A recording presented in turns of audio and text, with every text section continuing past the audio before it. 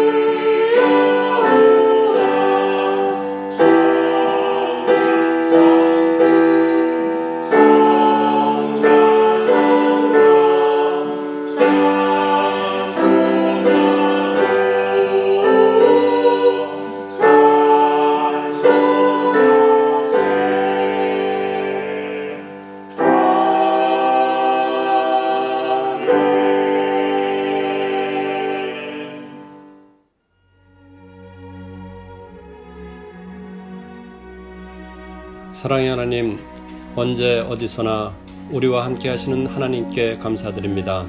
우리 또한 언제 어디서나 하나님의 자녀답게 살아갈 수 있도록 은혜를 내려 주옵소서. 세상이 기독교인들을 향해 손가락질하고 교회가 세상의 짐이 되어버린 시대를 살아가고 있습니다. 정욕에 물든 우리의 죄로 인해 하나님의 이름을 망령되이 일컫고 있음을 고백하오니 용서해 주옵소서. 이미 세상보다 더 세상적이 되어버린 한국교회와 그리스도인들이 하나님의 뜻대로 살아갈 능력이 없음을 고백하오니 용서해 주옵소서. 한국교회가 모든 욕심과 세상의 욕망을 내려놓고 주님의 뜻만을 간구하며 새롭게 거듭나게 하옵소서. 눈에 보이지조차 않는 작은 바이러스가 우리의 삶을 지배하고 있습니다. 아무것도 알지 못하는 어린 자녀들이 마음껏 뛰어놀지 못하고 배움의 기회가 위협받고 있습니다. 어린 자녀들이 더욱 사랑받으며 지혜와 지식이 자라나도록 은혜를 내려 주옵소서. 연로한 집사님, 권사님의 건강을 지켜주시길 원합니다. 모든 가정이 경제적으로 어렵지 않도록 은혜를 내려 주옵소서. 무엇보다 하나님을 잘 섬기기를 원합니다. 세상에서 빛과 소금의 역할을 감당하는 하나님의 자녀되게 하옵소서. 오늘도 목사님을 통해 우리에게 들려주실 하나님의 말씀에 귀 기울입니다. 말씀에 순종하여 우리의 생각과 행동이 변화되길 원하오니 은혜를 내려 주옵소서. 예수님의 이름으로 기도드립니다. 아멘.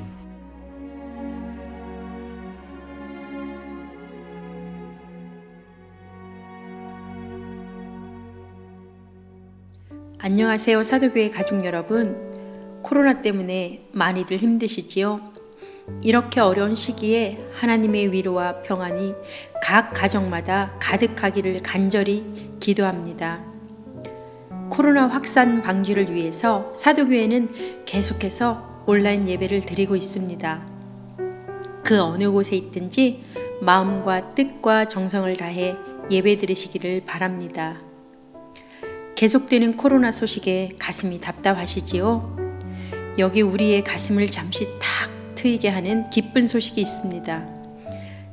제18회 과천시민미술대전에서 우리의 이경아 집사님께서 특별 상을 수상하였습니다. 뿐만 아니라 갤러리 우촌에서 전시회도 연다고 합니다. 모두들 축하해 주시고 격려해 주시길 바랍니다. 이제 말씀을 보도록 하겠습니다. 성경은 사도행전 28장 30절에서 31절입니다. 신약 238면에 있습니다. 바울이 온 이태를 자기 셋집에 머물면서 자기에게 오는 사람을 다 영접하고 하나님 나라를 전파하며 주 예수 그리스도에 관한 모든 것을 담대하게 거침없이 가르치더라. 아멘. 기도하겠습니다. 말씀대로 이루시는 하나님, 이 시간 주님 앞에 겸손히 엎드렸습니다. 진리의 말씀 앞에 우리의 생각, 우리의 계획, 우리의 욕심 모두 내려놓고 주님의 말씀에 귀 기울이기를 원합니다. 코로나로 인하여서 한 자리에서 함께 예배드리지 못하고 있습니다. 그 어느 곳에 있든지 풍성한 은혜로 함께하여 주옵소서. 예수 그리스도 이름으로 기도합니다. 아멘. 평범한 일상이 그립습니다. 주일 아침 성도들의 인사하는 소리도 그립고 또 찬양대의 연습하는 소리도 참 그립습니다. 개구장이 아이들 때문에 예배 분위기가 자꾸 흐트러지곤 했지요. 그것조차도 그립습니다. 함께 뜨겁게 기도하고 찬양했던 것, 또 예배 마친 후에 김치찌개 한 그릇 또 한 자리에서 나눠서 먹었던 것 참 그립습니다. 그러면서 드는 생각은 언제쯤 되어야 우리가 다시 평범한 일상으로 되돌아갈 수 있을까 하는 그런 생각. 전문가들은 지금 백신이 나온다 하더라도 우리가 일상으로 되돌아가기까지에는 내년 말이 되어도 어려울 거라고 그렇게들 말하지요. 지금까지 견뎌온 것만 해도 참 지겹기 그지없는데 올해 말도 아니고 내년 말까지 더 기다려야 된다고 하니 벌써부터 지칩니다. 막막할 따름입니다. 지난주 중에도 우리 성도분 중 한 분이 머리가 아프고 목이 또 따갑고 열도 높고 해서 병원에 가서 코로나 검사를 했다고 합니다. 얼마나 마음 졸이면서 기도했는지 모릅니다. 다행히도 음성 판정이 나와서 얼마나 감사했는지요. 혹시나 코로나로 인하여서 사도교회의 이름이 오르고 내릴까 저 스스로도 얼마나 조심하는지 모릅니다. 절대적으로 필요한 일 외에는 결코 밖에 나가지 않았습니다. 심지어 직장에 다니고 있는 아내에게는 점심시간이 되어도 결코 식당에 가지 말라고까지 말해두었습니다. 다들 사회적 거리두기 2.5 단계인데 혼자서만 3단계로 살고 있다며 핀잔주긴 하지만 하여간 유별난 남편을 둔 덕택에 제 아내는 졸지에 요 근래 계속 점심을 굶다시피 하고 있습니다. 사정이 이렇다 보니 사는 게 말이 아니지요. 저뿐만 아니라 모두들 감옥에 갇힌 것 같은 그런 기분일 겁니다. 오늘 말씀을 보니 사도 바울 역시 우리와 비슷한 처지에 있는 듯 합니다. 사도행전 28장 30절 바울이 온 이태를 자기 셋집에 머물면서 자기에게 오는 사람을 다 영접하고 우여곡절 끝에 로마에 도착하긴 했지만 바울은 여전히 죄수 신분이었습니다. 30절 말씀에 2년 동안 자기 셋집에서 머물렀다고 하니까 이것이 로마에서 하숙 생활하면서 좀 편하게 지냈다 이렇게 그런 느낌까지도 받는데요. 사실 바울 옆에 늘 로마 군인이 지키고 있어서 절대로 바깥으로 나갈 수가 없었습니다. 집안에서는 뭘 해도 상관은 없는데 밖으로는 나가서는 절대 안 되는 상황. 오늘날의 우리들의 상황과 좀 비슷하지요. 감옥 아닌 감옥에 살고 있는 겁니다. 그러나 결코 이 상황이 복음을 전하는 데 가로막진 못했습니다. 바울은 자신이 있는 바로 그 자리, 그 상황에서 성령의 음성에 순종하였습니다. 그리하여서 사도행전의 마지막 문장은 이렇게 끝을 맺습니다. 31절 하나님의 나라를 전파하며 주 예수 그리스도에 관한 모든 것을 담대하게 거침없이 가르치더라. 이게 사도행전의 마지막입니다. 조금은 허망하기까지 합니다. 아니 왜 끝이 이렇게 나는 걸까? 혹시 뒤에 이어지는 장이 있는 건 아닐까? 사도행전 1장에 예수님께서 승천하시면서 남기신 말씀, 아버지께서 약속하신 것을 기다려라. 그래서 제자들은 기도하며 간절히 기다렸습니다. 그랬더니 2장에서 성령께서 강림하셨습니다. 제자들은 성령을 받고 완전히 새롭게 되어 담대하게 복음을 전파하기 시작했습니다. 초대교회가 교회가 시작되었습니다. 그 후에도 교회에 여러 가지 어려움들이 있었지만 그때마다 성령님의 음성에 순종하였더니 이방인들에게까지도 복음이 전파되는 그런 길이 열리기 시작했습니다. 박해자 사울이 이제는 이방인을 향한 전도자가 되었습니다. 제1차, 2차, 3차 전도 여행을 통하여서 무수한 열매를 맺었습니다. 로마로 향한 이 바울의 발걸음에 우여곡절이 참 많긴 했지만 그러나 하나님께서 약속하신 대로 다 이루어 주셨습니다. 자, 그러면 이제 이 사도행전 마지막 28장에서 나와야 될, 혹은 28장이 끝이 안 난다면 29장에서 이어져야 될 자연스러운 내용이 뭐겠습니까? 그래서 바울이 로마 황제를 만나게 되었는지, 아니면 로마에서도 이 유대인 회당에 나가서 또 복음을 전하게 되었는지, 그때 무슨 일들이 있었는지, 무언가 이 대단원의 결말이 나와야 되는 것 아닙니까? 그런데 사도행전은 이렇게 끝을 맺는 거지요. 하나님의 나라를 전파하며 주 예수 그리스도에 관한 모든 것을 담대하게 거침없이 가르치더라. 바울의 사역이 어떻게 열매를 맺게 되었고 무엇을 이루었으며 어떤 유산을 남기게 되었는지 하는 그런 내용이 하나도 없습니다. 바울이 그 후에 무슨 교회 건물을 건축하고 어떠한 조직 체계를 만들어서 그것이 전통으로 남고, 또 바울의 사상이 사회적으로 국가적으로 어떤 영향을 끼쳤더라 하는 이런 말이 이어져야 우리한테는 겨우 무언가 끝이 난 것 같은 그런 느낌을 받을 텐데, 사도행전 말씀은 그런 여지조차 주지 않습니다. 그저 죄수 신분의 한 남자가 늘 그렇게 살아왔듯 그 모습 그대로 계속해서 살아가는 그 모습으로 사도행전은 마무리가 됩니다. 이때의 사도 바울의 모습이 구체적으로 어떠했는지, 로마에서의 이 사도 바울의 행적은 어떠했는지 사도행전은 더 이상 말해주고 있지 않습니다. 그러나 바울이 감옥에서 쓴 편지들을 읽어보면 그때의 모습을 짐작해 볼 수 있습니다. 흔히 옥중서신이라고 하지요. 에베소서, 빌립보서, 골로새서, 또 빌레몬서, 이 4개의 책, 이 4권의 책은 바울이 로마의 감옥에서 썼을 것이라고 일반적으로 알려져 있습니다. 이 편지들에 담겨져 있는 몇몇 말씀들을 살펴봅시다. 에베소서 4장 15절 말씀, 오직 사랑 안에서 참된 것을 하여 범사에 그에게까지 자랄지라. 그는 머리니 곧 그리스도라. 빌립보서 4장 12절 13절, 나는 비천에 처할 줄도 알고 풍부에 처할 줄도 알아. 모든 일, 곧 배부름과 배고픔과 풍부와 궁핍에도 처할 줄 아는 일체의 비결을 배웠노라. 내게 능력 주시는 자 안에서 내가 모든 것을 할 수 있느니라. 골로새서 3장 1절 2절, 그러므로 너희가 그리스도와 함께 다시 살리심을 받았으면 위의 것을 찾으라. 거기는 그리스도께서 하나님 우편에 앉아 계시느니라. 위의 것을 생각하고 땅의 것을 생각하지 말라. 빌레몬서 1장 4절 말씀, 내가 항상 내 하나님께 감사하고 기도할 때에. 도저히 감옥에서 쓴 사람의 글이라고 생각할 수 없는 그런 말씀들이 계속해서 이어집니다.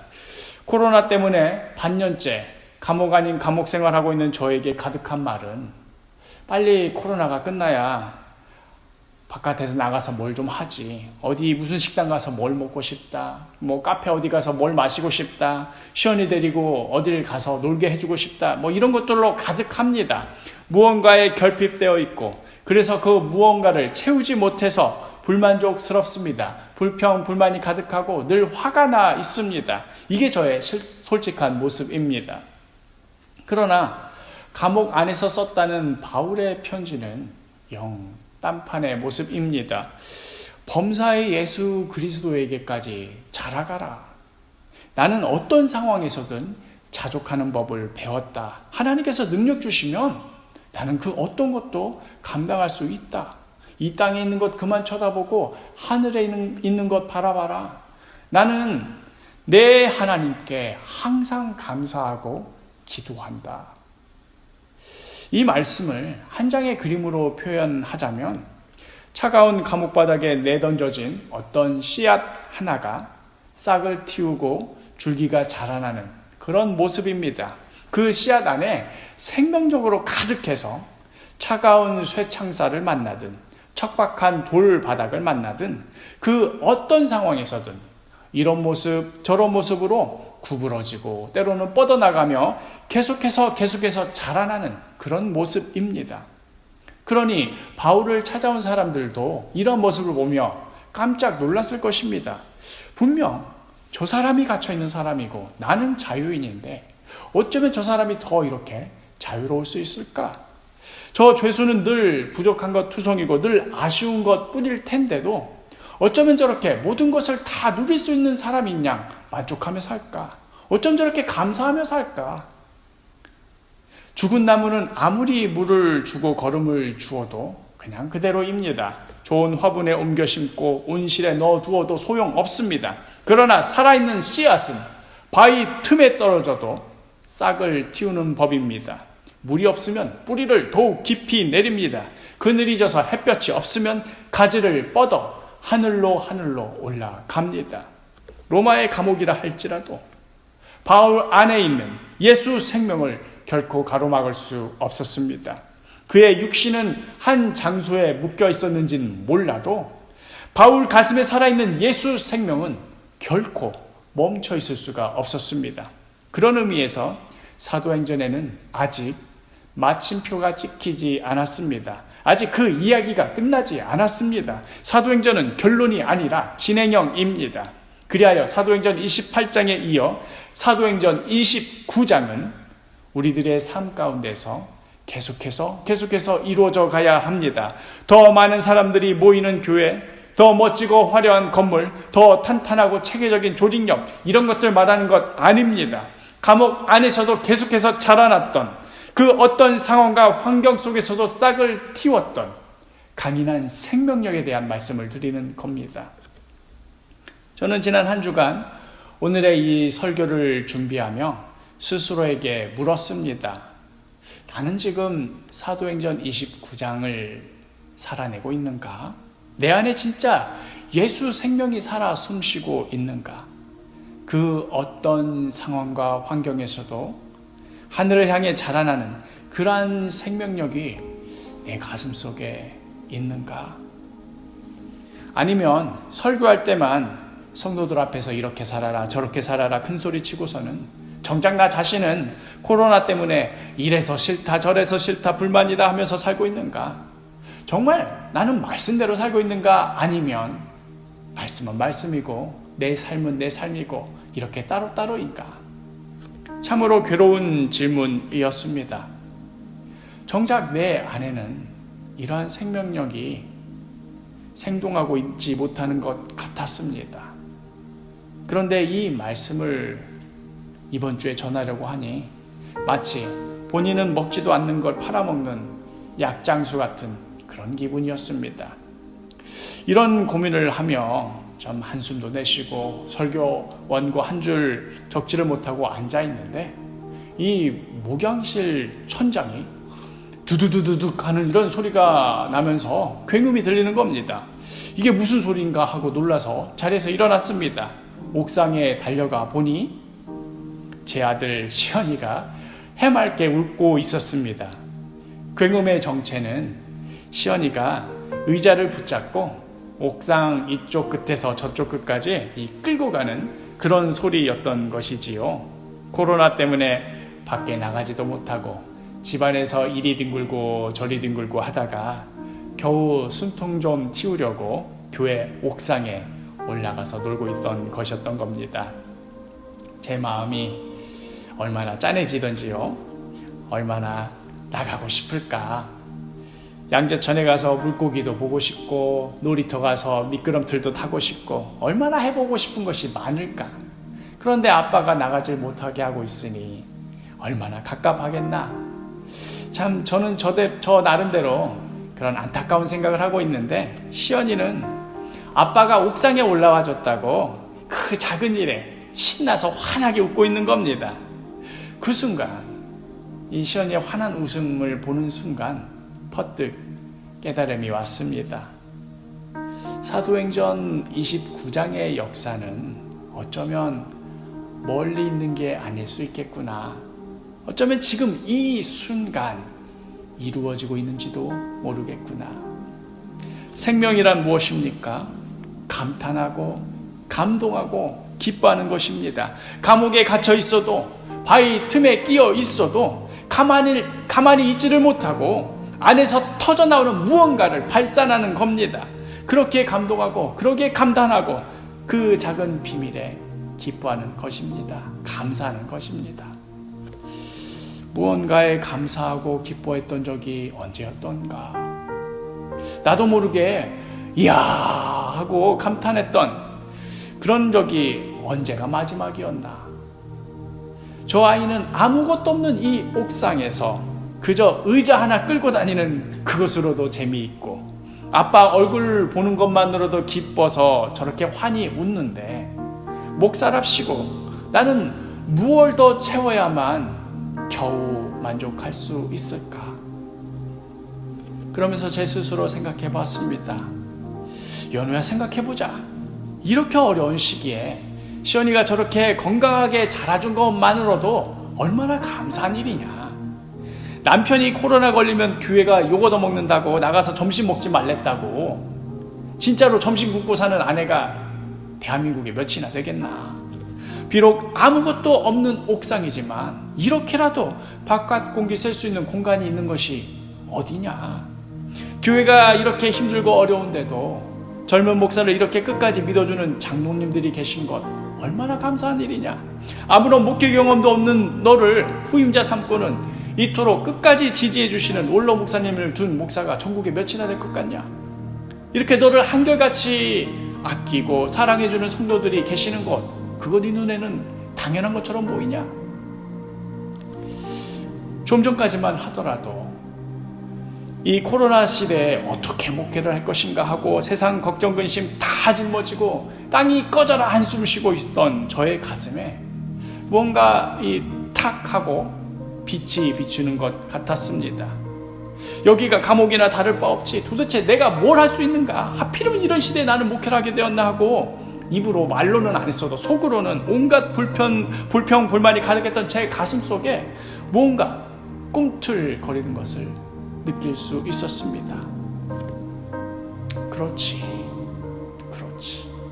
예수 생명은 결코 갇힐 수가 없지. 그 어떤 상황, 그 어떤 처지에 떨어진다 하더라도 결코 숨길 수가 없지. 그러기에 작은 일에도 감탄하게 하는 힘, 작은 사건에도 감동하며 감사하게 하는 힘, 내 눈에 보이는 것으로 판단하는 것이 아니라 보이지 않는 세계를 바라보며 소망하는 힘, 모든 일 가운데 예수 그리스도에게까지 자라나게 하는 힘, 땅의 것이 아니라 하늘의 것 바라보게 하는 힘, 이게 바로 예수 생명 아니겠는가? 이게 바로 사도 바울이 로마의 감옥 안에서 누렸던 그 기쁨 아니겠는가? 이게 바로 아직 말도 제대로 하지 못하는 시연이가 지금 이 순간에 누리고 있는 그 감탄, 그 감동 아니겠는가? 사도행전 29장의 역사는 바로 여기에서부터 시작해야 되는 것 아닌가? 그날 저녁 저는 시연이를 위해 또 아내를 위해 시간을 내었습니다. 옥상에 텐트를 치고 조명을 달고 조그만 상을 세팅해 놓았습니다. 집에서 라면을 끓여다가 옥상으로 가지고 올라가니 이러다 저러다 보니 이미 면이 불어 있었습니다. 그래도 먹어보니 참 맛있었습니다. 평상시라면 제가 불은 라면 되게 싫어하거든요. 뭐 그냥 먹을만 하네 그렇게 말했을 텐데 그날은 괜히 더 오버하면서 감탄했습니다. 이거 정말 맛있구나. 비록 휴가는 못 떠났지만 이렇게 교회 옥상에서라도 텐트 치고 아내와 아들과 함께 라면 한 그릇 먹을 수 있으니 그 어디 멀리 떠난 여행과 비교할 수 없었습니다. 옥상에서 이 모든 걸 준비하면서 제 마음속 깊은 곳에서는 계속되는 울림이 있었습니다. 바로 여기에서부터 사도행전 29장이 시작되는 것이리라. 가장 가까우니 가장 작은 사건, 소소한 일상에서부터 우리의 감탄이, 우리의 감사가, 우리의 기쁨이 시작되는 것이리라. 우리는 지난 4월 13일 이후로 계속해서 사도행전 말씀을 묵상해 왔습니다. 이제 사도행전을 마치고 다시 구약으로 돌아가 민수기를 묵상하게 되었습니다. 민수기는 이스라엘 백성이 출애굽한 이후에 광야에서 어떤 삶을 살아가는지에 대한 그런 이야기입니다. 민수기는 이렇게 시작하지요. 민수기 1장 1절. 이스라엘 자손이 애굽 땅에서 나온 후 둘째 해 둘째 달 첫째 날에 여호와께서 시내 광야 회막에서 모세에게 말씀하여 이르시되 하면서 이 광야에서 어떠한 사건들이 벌어지나, 광야에서 하나님께서 어떤 말씀을 하여 주시는가 하는 이야기들이 전개됩니다. 그러고 보면 우리가 지금까지 묵상해왔던 사도행전의 마지막인 감옥이나 또 이제부터 묵상하기 시작한 이 민수기의 시작인 광야나 공통점이 있습니다. 감옥이나 광야나 모두 하나님의 살아 역사하심이 가장 극적으로 드러나는 그러한 장소입니다. 우리는 감옥과도 같은, 또한 광야와도 같은 그런 시대를 살아가고 있습니다. 그러나 바로 이러한 시대이기에 우리는 더더욱 분명하게 보게 될 것입니다. 우리 안에서 살아 움트는 이 예수 생명을 경험하게 될 것입니다. 작은 일에도 감탄하며, 가까운 이에게 감사하며, 소소한 일에도 기뻐하며 살아갑시다. 말씀을 펴서 읽고 묵상하고 그 말씀대로 기도하며 또 기도한 대로 순종하며 살아갑시다. 그리하여 이 모든 감옥 생활 한가운데서, 이 모든 광야 생활 한가운데서 사도행전 29장의 삶이 계속해서 이어지게 합시다. 잊지 맙시다. 예수 생명이 우리 가슴 속에 약동하는 한, 예수 생명이 우리 가슴 속에 약동하는 한, 감옥이든 광야든 이 세상 그 무엇이든 결코 우리 안에 이 감탄, 이 감동, 이 기쁨을, 이 감사를 결코 빼앗지 못할 것입니다. 이 예수 생명 우리가 누리며 삽시다. 함께 기도하겠습니다. 말씀대로 이루시는 주님, 코로나 사태가 장기화되면서 우리도 모르게 감사하는 법을 잊어버렸습니다. 작은 일에도 불평불만을 터뜨리고 조그만 일에도 화내기 일쑤였습니다. 그 무언가에 감탄하고 감동받고 기뻐했던 적이 언제였는지요. 주님, 우리 가운데 감탄하는 법을, 감동하는 법을, 감사하는 법을 회복시켜 주옵소서. 우리 가슴속에 살아 숨쉬는 예수 생명이 우리의 삶을 다스리게 하여 주옵소서. 생명력이 가득한 씨앗 하나가 차가운 감옥바닥에 떨어지든 바위 틈새에 떨어지든 싹을 틔우고 하늘을 향해 자라나듯 이제 우리 안에 있는 이 예수 생명이 우리 삶 가운데서 계속해서 자라나게 하여 주옵소서. 이제 작은 일에도 감탄하게 하여 주옵소서. 가까운 이에게 감사하게 하여 주옵소서. 소소한 일에도 기뻐하게 하여 주옵소서. 감옥 한가운데서, 광야 한가운데서 사도행전 29장의 삶을 누리며 경험하며 하나님의 살아 역사하심을 보게 하여 주옵소서. 주님, 간절히 기도합니다. 코로나 바이러스로부터 우리 모두를 지켜주옵소서. 자꾸만 지쳐가는 우리들에게 다시 힘과 용기를 북돋아 주옵소서. 다시 만나는 그날까지 우리 한 사람 한 사람을 보호하여 주옵소서. 주님만 의지합니다. 또한 주님께 드린 이 작은 정성 주여 받아주시고 하나님의 뜻대로 귀하게 사용하여 주옵소서. 이 모든 말씀 예수 그리스도의 이름으로 기도합니다. 아멘. 이제 제가 하나님의 축복을 선포하겠습니다. 지금은 예수 그리스도의 무한하신 은혜와 하나님 아버지의 지극하신 사랑과 성령님의 교통 간구하심이 이 시간 성삼위 하나님 앞에 겸손히 엎드려 이 감옥과도 같은 세상 속에서, 이 광야와도 같은 세상 속에서 우리 가슴 안에 살아 숨쉬는 예수 생명 가득 품고 작은 일에도 감탄하고 가까운 이에게 감사하며 소소한 일에도 기뻐하는 그러한 삶을 살기를 갈망하며 우리 삶 가운데 사도행전 29장이 계속해서 이어지게 하기로 결단하는 사랑하는 주의 성도들 위해, 주의 몸된 사도교회 위에, 각 가정에서 함께 예배드리는 어린 생명들 위해 이제로부터 영원히 함께 있을지어다. 아멘.